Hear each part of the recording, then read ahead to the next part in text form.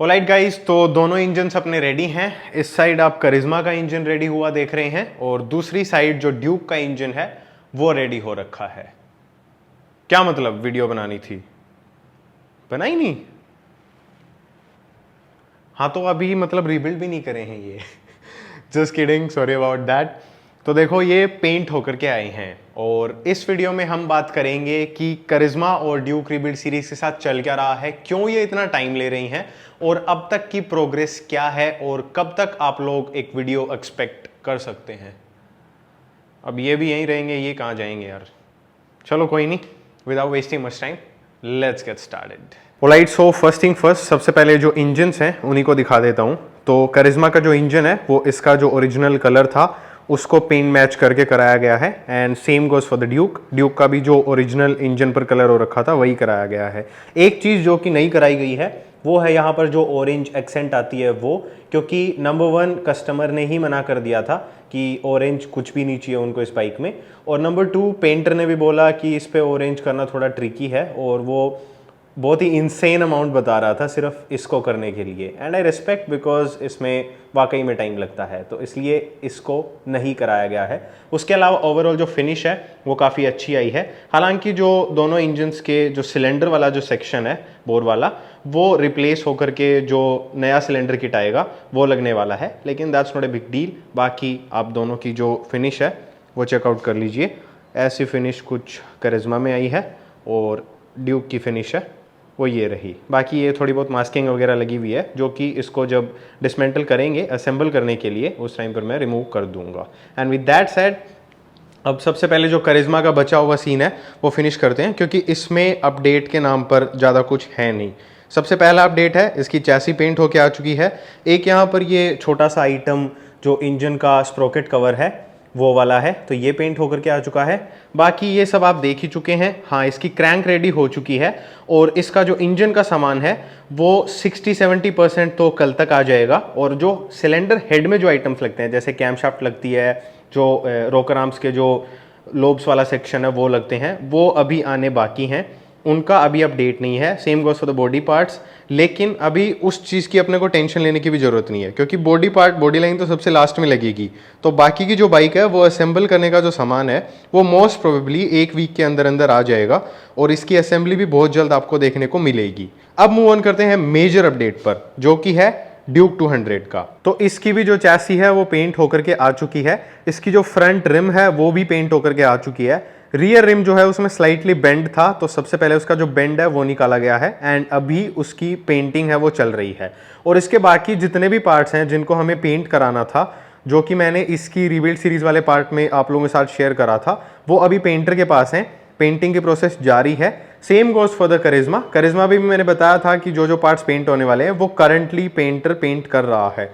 तो इन दोनों के जो पेंट होने वाले पार्ट्स हैं वो भी अपने पास 1 वीक के अंदर अंदर आ जाएंगे। So that is a good thing. Apart from that, काफ़ी सारा सामान KTM का आ चुका है, काफ़ी सारा सामान KTM का बचा हुआ है। It is what it is. Parts में टाइम लगता है, छोटे छोटे पार्ट्स गायब हैं, क्योंकि ये बाइक ऐसी नहीं है जो कि अपने पास चल के आई थी। ये बाइक अपने पास लिटरली बकेट्स एंड बॉक्सेस में आई थी एंड उसके बिहाफ पर जो मैं कर सकता था वो कर रहा हूँ। छोटे छोटे बोल्ट, छोटे छोटे क्लैम्प्स, छोटे छोटे वॉशर्स, ये ऐसी चीज़ होती हैं जो कि आप जा करके डायरेक्टली परचेज नहीं कर सकते हैं। पहले आपको ऑर्डर डालना पड़ता है, फिर वो बैक ऑर्डर लग जाते हैं, ब्ला ब्ला ब्ला। तो जो भी है, खैर कुछ आइटम्स जो कि इस मोटरसाइकिल में बजाज के लगते हैं वो मैंने 99 RPM से मंगाए हैं, छोटे छोटे आइटम्स, क्योंकि सर्विस सेंटर वाले तो मंगा करके ही नहीं दे रहे थे। 6-6 महीने तक मेरा बैक ऑर्डर में ऑर्डर लगा रहा है, सामान नहीं आया, तो वो 99 RPM से आए हैं। बाकी का जो मेजर सामान है, जो मोटा मोटा सामान है, वो मैंने सर्विस सेंटर से लिया है। And sorry about this guy, please इसको माफ़ कर दो। इसको बाहर गर्मी लग रही है तो इसलिए ये अंदर आ गया है एंड मैंने इनके साथ जीना सीख लिया है। प्लीज़ आप फ्रेम में इनको बर्दाश्त कर लेना।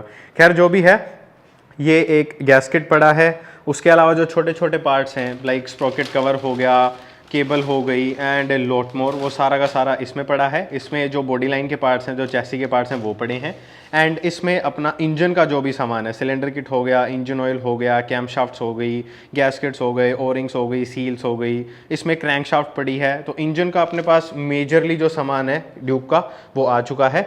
इसमें जो 99 RPM से छोटी छोटी चीज़ें मंगाई हैं जो कि मिली नहीं, हाँ बिल्कुल, मैग्नेट कवर तक नहीं मिला उनके पास। तो बहुत सारी क्रेजी चीज़ें हो रही हैं। ये कुछ और सामान पड़ा है, और ये आप देख सकते हैं छोटी छोटी ओरिंग, कुछ क्लिप्स वगैरह हो गई, कुछ नट्स वगैरह हो गए। तो ये ऐसी चीज़ हैं जो कि मिली ही नहीं कहीं पर भी, इसलिए फाइनली 99 आरपीएम से ऑर्डर करना पड़ा। अब बार बार क्यों बोल रहा हूँ कि मेरे को नॉर्मल जो सर्विस सेंटर है उस पर मिल जाता तो बेटर रहता, उसके पीछे का रीज़न ये है कि 99 आरपीएम पर डिलीवरी चार्जेस लगते हैं, एंड दैट इज़ समथिंग जो कि बहुत ही रिडिकुलस अमाउंट हो जाता है जब आप इतना बड़ा ऑर्डर डालते हैं। तो मेरे ख्याल से शायद मैंने 8,000 के समथिंग ऑर्डर डाला होगा और उसमें 2,000 के समथिंग डिलीवरी चार्जेस लग गए। So that is crazy. उसके अलावा स्टीयरिंग पाइप, फ्रंट फेंडर, और इसमें शायद मिरर्स पड़े हैं, रेडिएटर का श्राउड हो गया, लेग गार्ड हो गए, पीछे का फेंडर हो गया, तो वो सारी चीज़ें हैं। एंड अपार्ट फ्रॉम दैट जो टायर्स हैं दोनों ही मोटरसाइकिल्स के वो रेडीली अवेलेबल हैं, तो जब भी असेंबली स्टार्ट करेंगे तो टायर्स परचेस कर लेंगे। टायर्स, बैटरीज, ये ऐसी चीज़ें हैं जो कि परचेस करके रखने का कोई फ़ायदा नहीं है, क्योंकि ए उनका वारंटी पीरियड जा रहा है, बी बैटरी पर तो इतना ज़्यादा इफेक्ट नहीं आता है साल 6 महीने में, हालांकि उसकी वारंटी का पीरियड तो जा ही रहा है, लेकिन जो टायर्स हैं वो बड़े बड़े सूख जाते हैं। सो दैट इज समथिंग जो कि मैं नहीं चाहता, इसलिए मैंने उनको अभी परचेज नहीं करा है। अब बात करते हैं कि इनमें इतना टाइम क्यों लग रहा है। तो देखो यारो, एक तो मैं खुद आलसी हूँ, दूसरा मुझे इसके अलावा और भी बहुत सारी चीज़ें करनी पड़ती हैं, because I am a single child, तो मुझे फैमिली भी देखनी पड़ती है, प्लस में और 1000 चीज़ें हैं जो कि मेरी लाइफ में चल रही हैं जिनको मुझे डील आउट करना पड़ता है।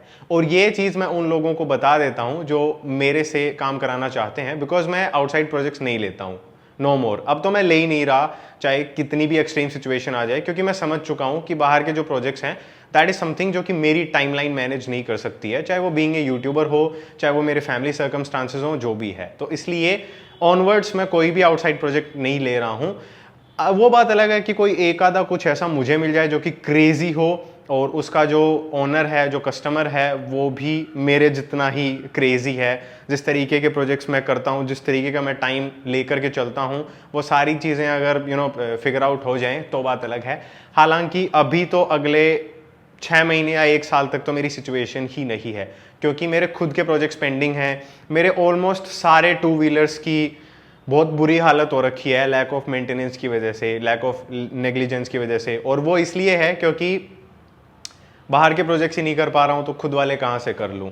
अब इनमें इतना टाइम क्यों लगा, पहला रीज़न मैंने बता दिया। दूसरा थोड़ा सा यार मैं बताना नहीं चाहता, बट थोड़ा सा जो स्पेयर पार्ट्स हैं वो भी मुझे बहुत परेशान कर रहा है, क्योंकि मैं काफ़ी रिमोट लोकेशन में रहता हूं और यहाँ पर किसी भी टाइप का कोई भी सपोर्ट अवेलेबल नहीं है। 100 किलोमीटर से पहले केटीएम की कोई डीलरशिप नहीं है, और करिश्मा तो यार इतनी पुरानी बाइक है कि क्या ही बोलूँ इसके स्पेयर पार्ट्स के लिए। तो हालांकि कुछ ऑनलाइन बंदे हैं जो कि स्पेयर पार्ट्स अवेलेबल करा रहे हैं, लेकिन वो बहुत ही स्लो प्रोसेस रहती है, और कुछ ऐसे भी लोग हैं जिन पर मैं ट्रस्ट नहीं कर सकता, क्योंकि मेरा कोई उनके साथ एक्सपीरियंस नहीं है। एंड ये मेरा पैसा नहीं है जो कि फंसेगा, अगर फंसेगा तो दैट्स वाई।